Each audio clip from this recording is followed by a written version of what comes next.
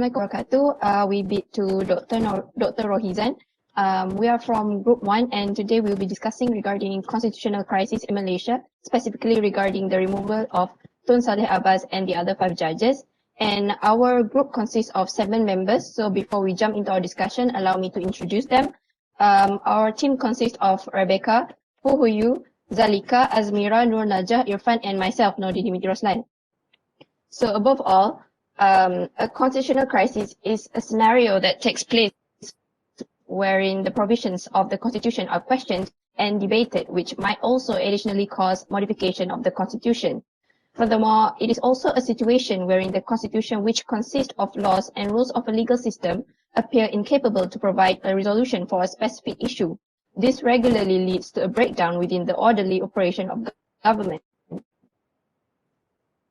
In addition, a constitutional crisis may take place when different factions within a government of a nation disagree about the degree to which each of their factions has sovereignty or the right to rule without intervention from outside sources or bodies. I will pass the floor to my fellow teammate. Now let's see the facts of removal of Tun Saleh Abbas. Tun Dr. Mahathir Mohamad ordered Lord President Tun Saleh Abbas to withdraw on the ground that he had wrote a letter to the King and reportedly slandered the letter. As a result, a tribunal was formed in accordance with Article 125 of the Federal Constitution to examine those allegations brought against him.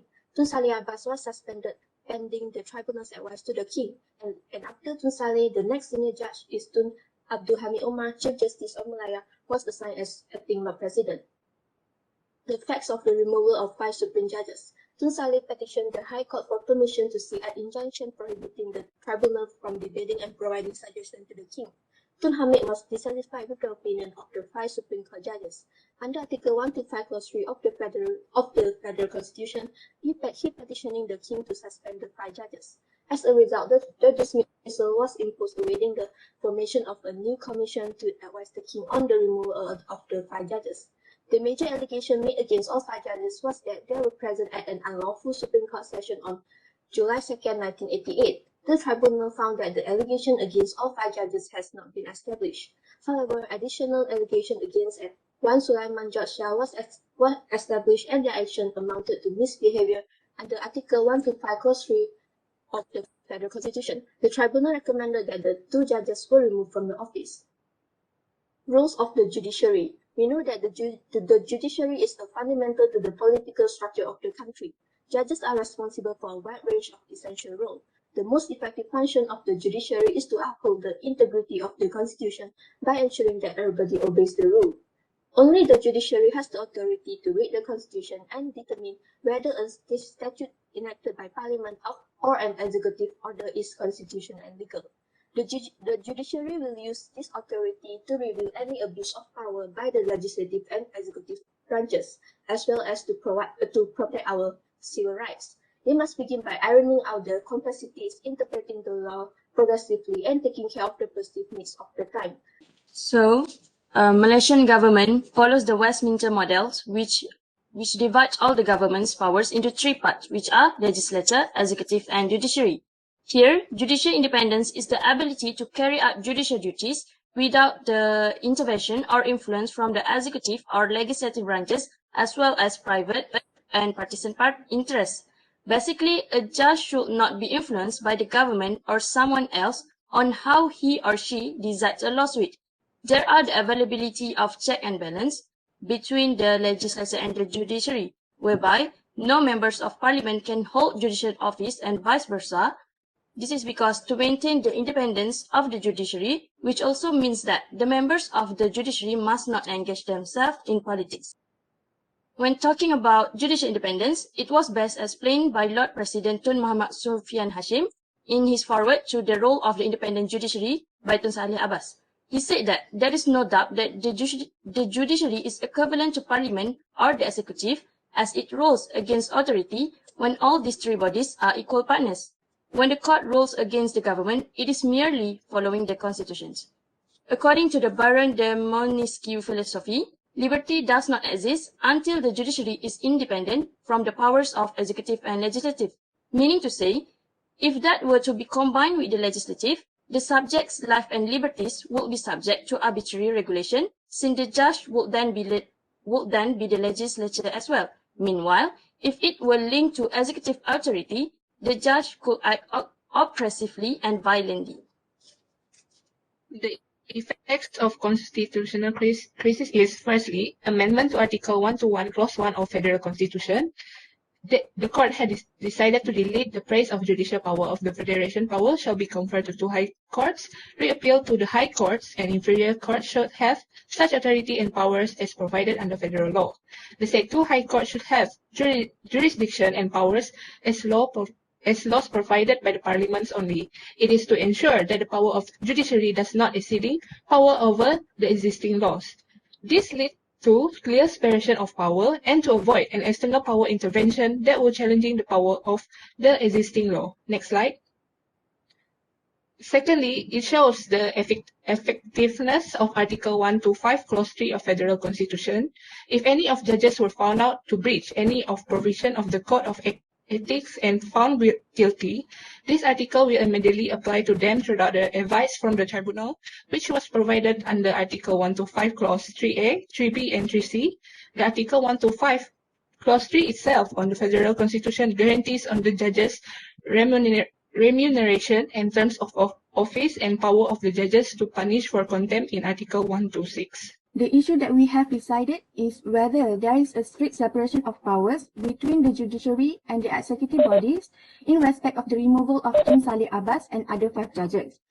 So, first of all, even though it has been provided under our federal constitution for several safeguards in preserving and ensuring judicial independence as well as judicial integrity, however, such independence is not really unlimited. Why is it so?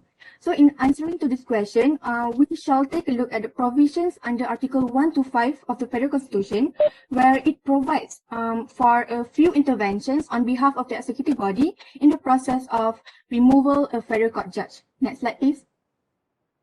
Essentially, according to Article 125, Clause 2 of the Federal Constitution, a federal court judge may resign at any time through writing addressed to the Yang Dipertuan Agong, but he shall not be removed from his office.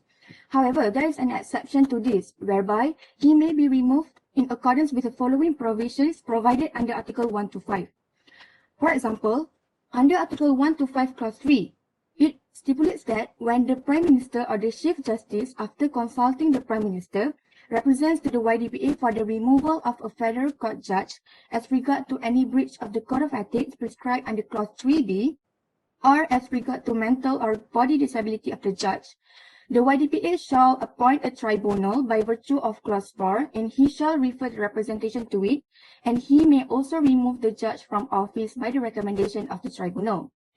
Next, by virtue of Article 125, Clause 5, the YDPA has been conferred the power to dismiss a federal court judge from exercising his function on the recommendation of the Prime Minister and any other judge after consulting with the Chief Justice.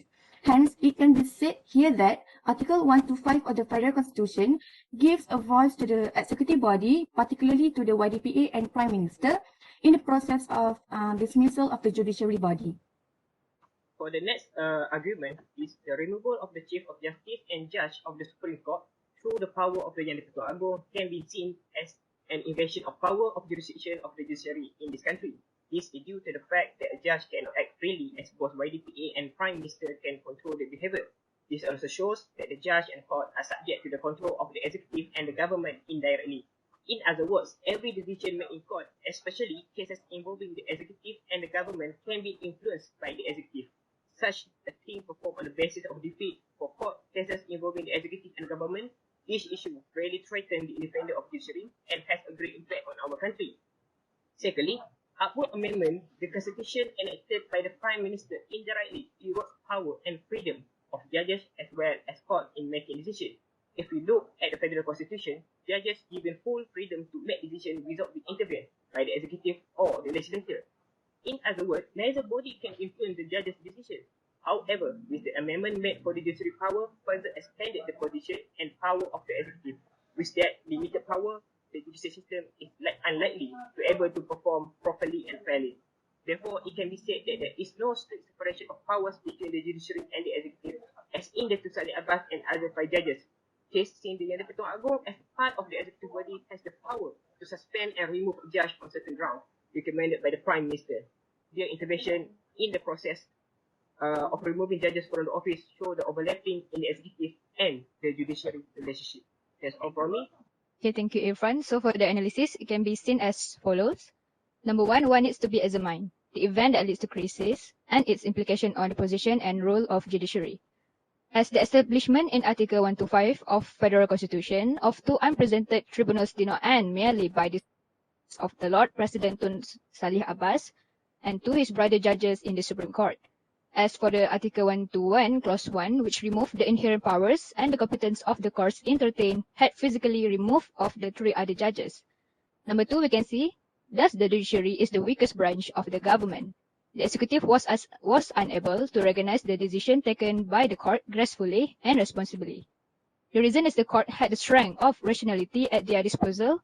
They were willing to make a just decision. However, in order to impose its decision, the judiciary depends on the executive. If a decision is viewed as detrimental to the executive interest, and the executive declined to adhere to or exercise the judgment, a crisis would occur. Number three, we can see why there is no strict separation of power. It is because there's happened of the breakdown of check and balance. There have been substantial amendments to the Constitution, essentially emasculating the independent role of judiciary as the government's check and balance.